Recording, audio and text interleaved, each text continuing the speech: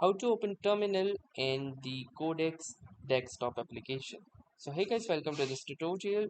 In this quick and easy tutorial, I'll guide you how you can quickly open up the custom terminal in your Codex CLI. So to open the built-in terminal, you have two options. Either the first one is that you use this particular side panel option. Once you will click onto this, you can see that the Windows PowerShell, which in my case is the selected terminal for Codex, simply pops up from the right hand side.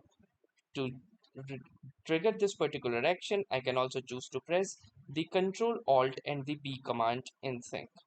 Now, apart from that, if this does not work for you, you can also click onto this view option, and within the view option, you can click onto this open terminal button or press the Control and the this particular key which is visible right here, and it will trigger the same particular action.